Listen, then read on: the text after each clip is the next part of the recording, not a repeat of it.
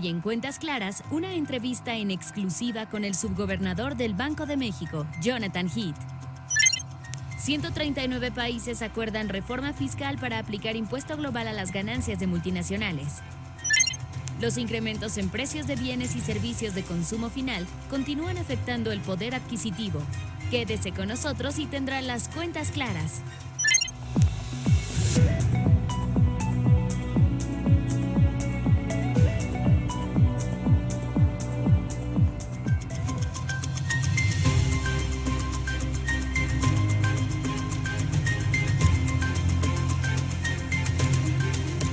Muy buenas tardes, soy Raimundo Tenorio y me da mucho gusto darle la bienvenida a Cuentas Claras, un programa diseñado pensando en usted y enterarle de lo que acontece en el mundo de la economía, las finanzas, bolsas y los mercados. Para mantener como siempre una comunicación cercana a usted y escuchar y leer sus comentarios, le compartimos nuestras redes sociales de la Agencia Mexiquense de Noticias para que nos siga en Facebook y en Twitter, @AMX Noticias y @Raimundo Tenorio.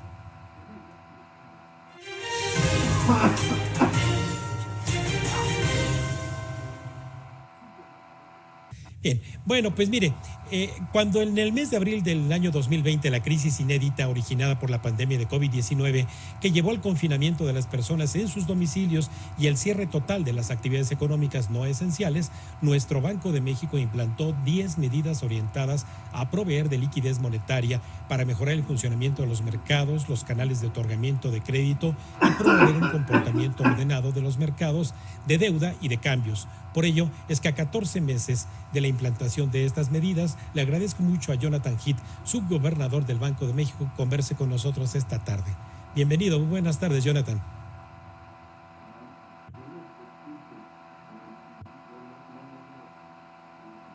Sí, buenas tardes, Jonathan, bienvenido.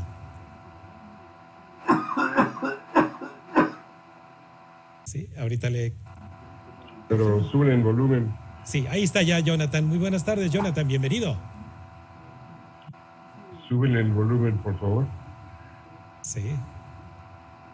Estamos ahí en un ajuste técnico. Muchas gracias por esperar. Jonathan, muy buenas tardes. Jonathan, ¿me escuchas? Sí. Apenas te escucho. No logro oírse. Bien, Jonathan. A ver, ahora sigo hablando. Muy buenas tardes, Jonathan. Bienvenido a Cuentas Claras, Jonathan. ¿Qué tal? Buenas tardes. Gracias, Jonathan. Te agradezco muchísimo esta distinción. Y bueno, mira, hace 14 meses Banco de México implantó una serie de medidas poco ortodoxas, pero muy en la línea justamente de que la intención de tener la posibilidad de que las instituciones de crédito en nuestro país entraran en un proceso procíclico por la crisis, obviamente por venir. A 14 meses de distancia, ¿cuál es el balance que haces, Jonathan, de estas medidas que implantó Banco de México?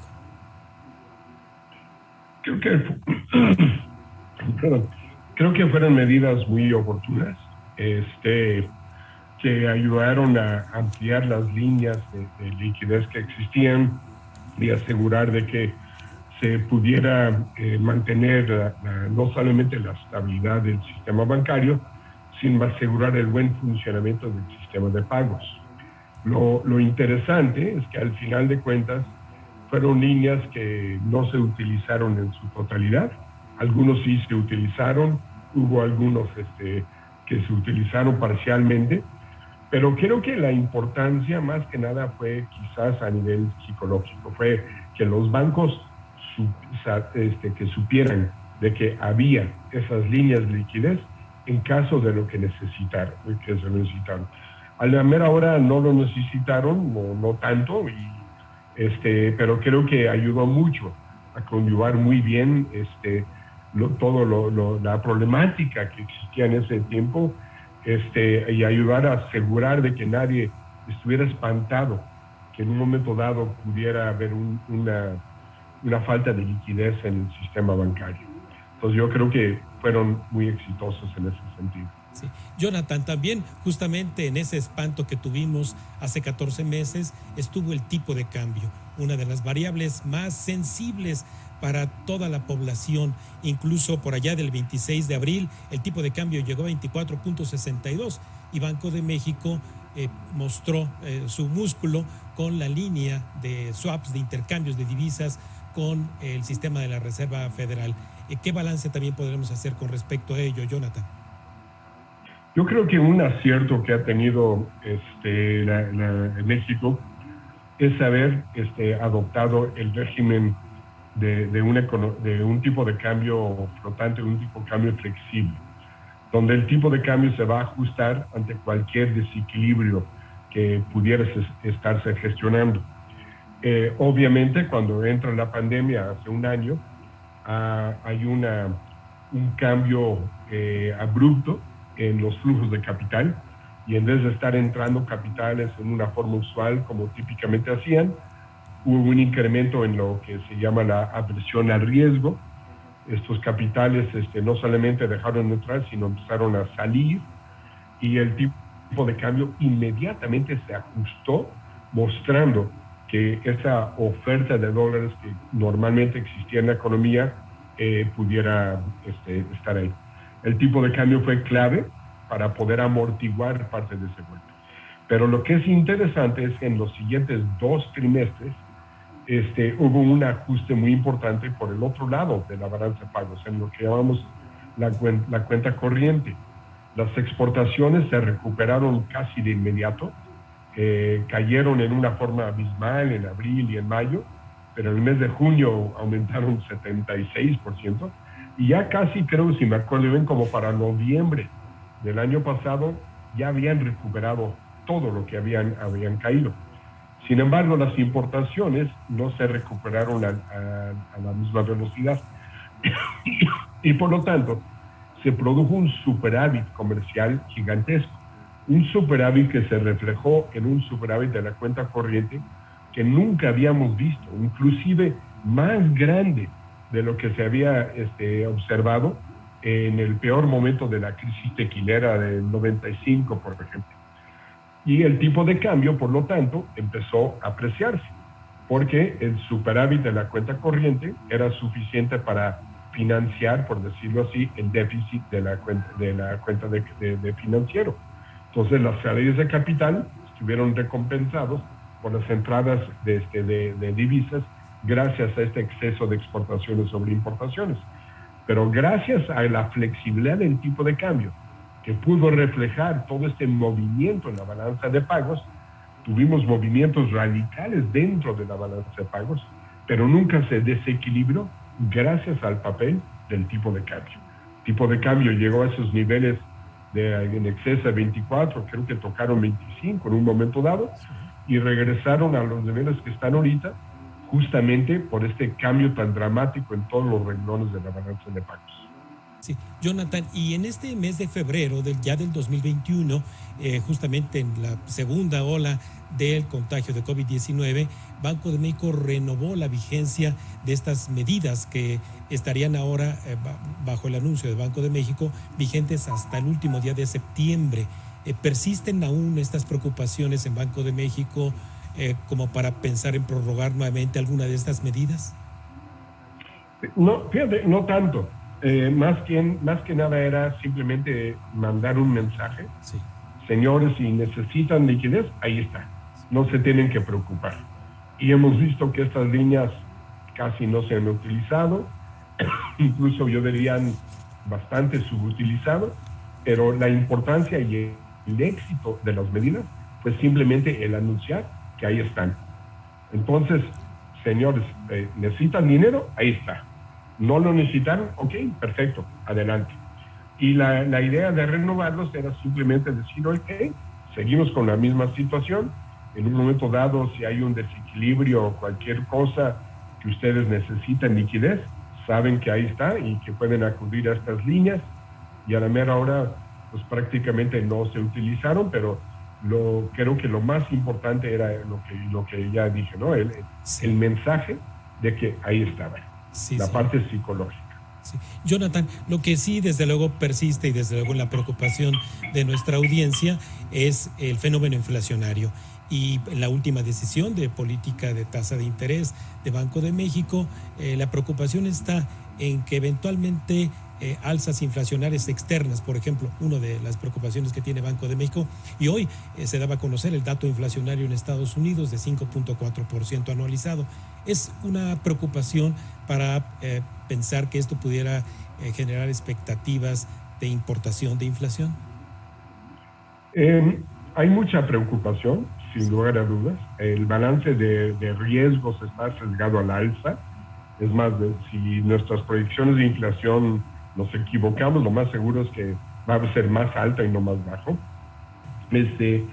Sin embargo, no es únicamente la preocupación por una inflación importada de Estados Unidos con su inflación, su tasa de inflación subyacente la más alta desde 1991. Sin embargo, nosotros mismos aquí internamente estamos viendo un problema muy similar, que no es simplemente o no es únicamente por una inflación importada, sino también los mismos ajustes en precios relativos que están viviendo en Estados Unidos, también lo estamos viviendo aquí. Falta de insumos básicos, por el rompimiento de la producción de suministros muy importantes. El ejemplo que más se ha comentado, obviamente, de los semiconductores para la industria automotriz, pero esa es una de muchos, y ha aumentado una gran cantidad de precios de insumos básicos. Hay que recordar que el índice de precios productor aquí en México de los bienes intermedios en el mes de junio aumentó a más de 2 dígitos, está arriba de 10%, lo cual significa que los insumos básicos en toda la cadena de producción de la industria manufacturera está aumentando mucho, y todo este aumento en los precios está reflejando pues estas disrupciones, estos choques que vinieron de la oferta, pero también de parte de la demanda, pues a raíz de la pandemia.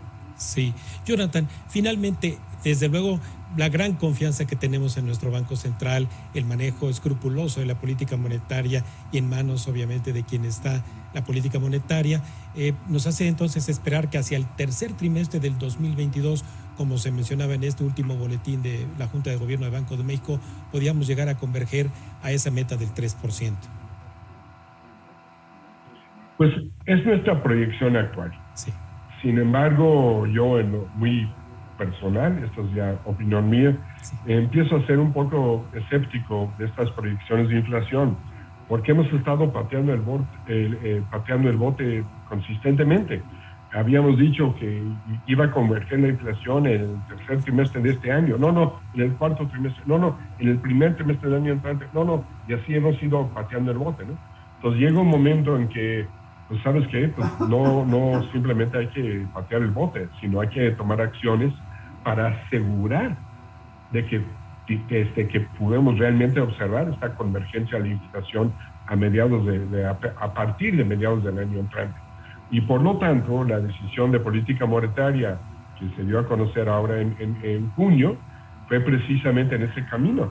Señores, estamos viendo que está difícil esta convergencia y cada vez se está tardando más y tenemos que ayudarlo.